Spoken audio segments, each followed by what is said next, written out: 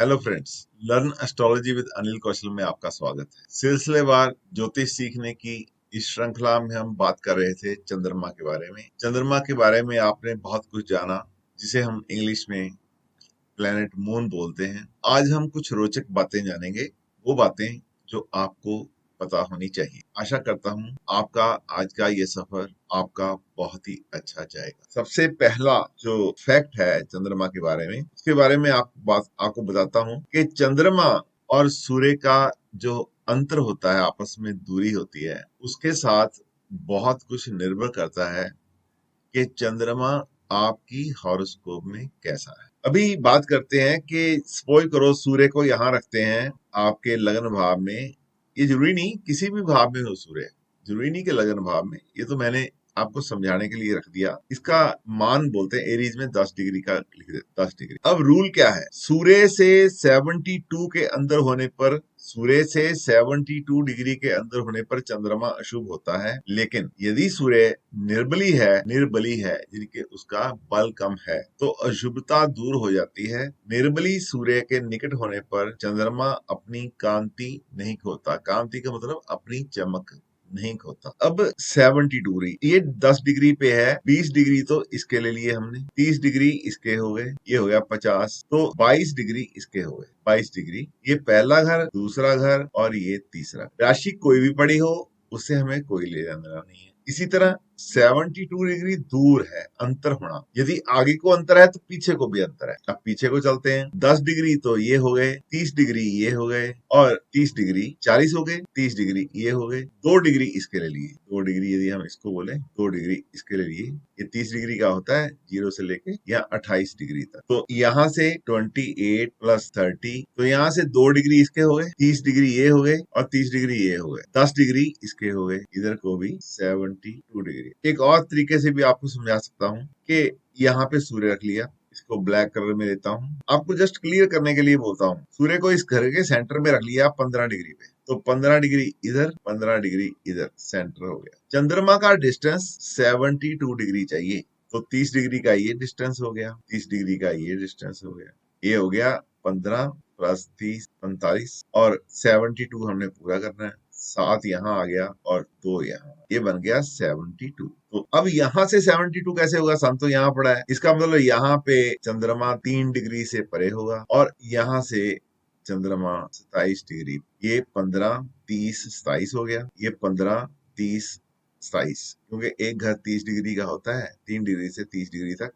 27 हो गया, दोनों तरफ 27 27। जब चंद्रमा ऐसी स्थिति में होता है कि वो सूर्य से उसका फासला 72 डिग्री से अंदर अंदर हो जाता है, यानी कि चंद्रमा आपका यहाँ बैठा है, यहाँ बैठा है, डज नॉट मैटर, यहाँ बैठा है, यहाँ बैठा है, यहाँ बैठा है, ये चंद्रमा कमजोर है। चंद्रमा आपका यहाँ बैठा है, चंद्रमा आपका यहाँ बैठा है, यहाँ बैठा है, यहाँ बैठा है, यहाँ बैठा है, ये चंद्रमा कमजोर है। लेकिन ऐसे में एक कंडीशन और है, वो कंडीशन क्या है, यदि सूर्य कमजोर हो तो सूर्य कब कमजोर होता है, यदि वो अपनी नीच राशि में बैठा हो, यदि वो अपने दुश्मन की राशि में बैठा हो, यदि वो छठे घर में बैठा हो, यदि वो 8वें घर में बैठा हो। जैसे सूर्य कार्तिक मास से लेके आगे 2-3 महीने तक कमजोरी रहता है, सूर्य सितंबर में भी कमजोर होता है, सूर्य अक्टूबर में भी कमजोर होता है, सूर्य नवंबर में भी कमजोर। तो ऐसी स्थिति में जब सूर्य का बल कम है तो इस चंद्रमा की स्थिति पे कोई असर नहीं पड़ता। ये आपको ध्यान रखना है कि सूर्य का बल कम ना हो और सूर्य चंद्रमा के 72 डिग्री 70 डिग्री के अंदर ना हो, तो सूर्य आपकी कुंडली में बली होता है। ये था पहला रूल, फर्स्ट रूल। अब इसी के साथ साथ एक और मिलता जुलता रूप है। शुक्ल पक्ष की एकादशी से लेकर कृष्ण पक्ष की पंचमी तक सूर्य अधिकतम बलशाली होता है। ये क्यों होता है, सूर्य पक्ष की एकादशी, जैसे सूर्य को यहाँ रखें तो यहाँ पे एकादशी आ जाती है, यहाँ से लेकर यहाँ तक जाते जाते वो सूर्य और चंद्रमा का फासला 72 डिग्री से ज्यादा रहता है। इसलिए शुक्ल पक्ष की एकादशी से लेकर कृष्ण पक्ष की पंचमी तक चंद्रमा बलशाली रहता है, क्योंकि वो 72 डिग्री से परे होता है, दूर होता है। अब इसका एक और भाग है,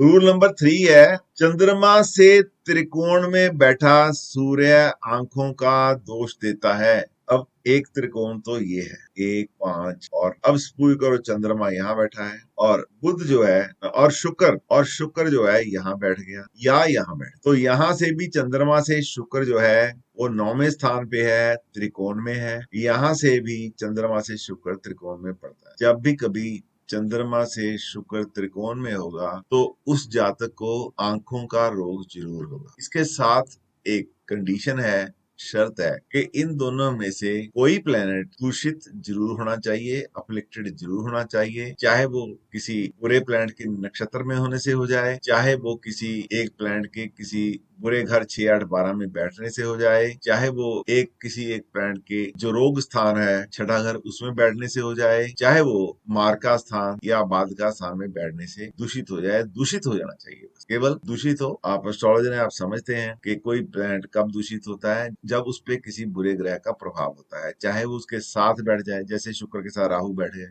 केतु बैठा है, शनि बैठा है, तो दूषित हो गया। चंद्रमा के साथ राहु बैठा है, शनि बैठा है, दूषित हो गया।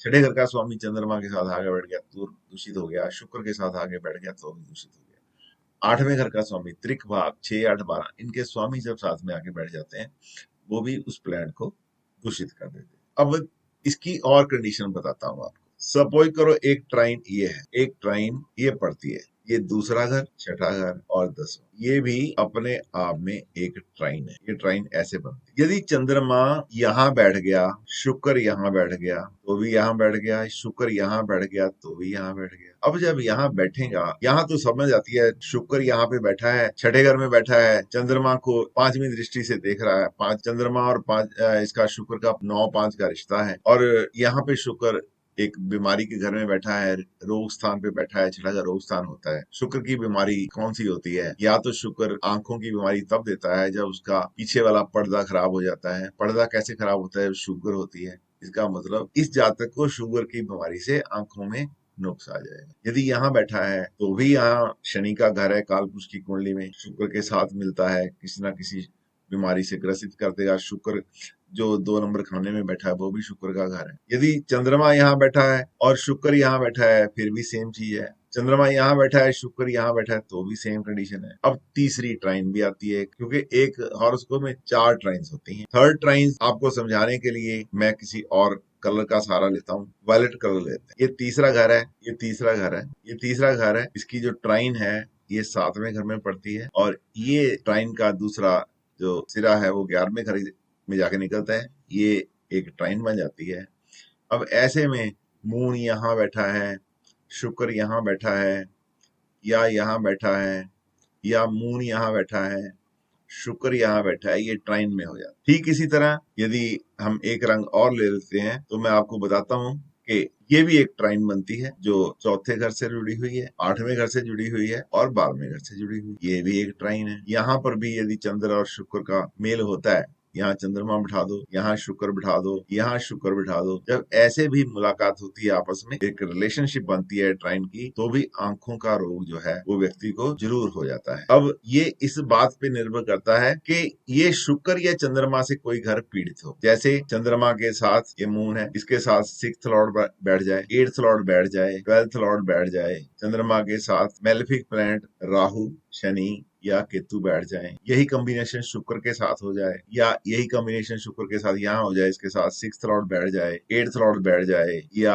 12th लॉर्ड बैठ जाए, तो ये दूषित हो जाते हैं। इस तरीके से ये जो आज हम कर रहे हैं चंद्रमा ग्रह के बारे में कुछ रोचक तथ्य जो आपको जानना चाहिए। आज हम 3 ही तथ्य आपको बता पाए हैं। वीडियो लंबा ना हो जाए तो जो नेक्स्ट तथ्य है आपके इसके बारे में जो नेक्स्ट इंफॉर्मेशन है वो आपको नेक्स्ट वीडियो में पता चलेगी। उसका 2nd पार्ट आएगा, हो सकता 3rd पार्ट भी आए, क्योंकि तथ्य कुछ ज्यादा है और मैं ऐसा महसूस करता हूं कि ये इन्फॉर्मेशन आपके काम आएगी और आपको अच्छी लगी होगी। यदि अच्छी लगी तो कृपया लाइक कीजिए, शेयर कीजिए और सब्सक्राइब कीजिए।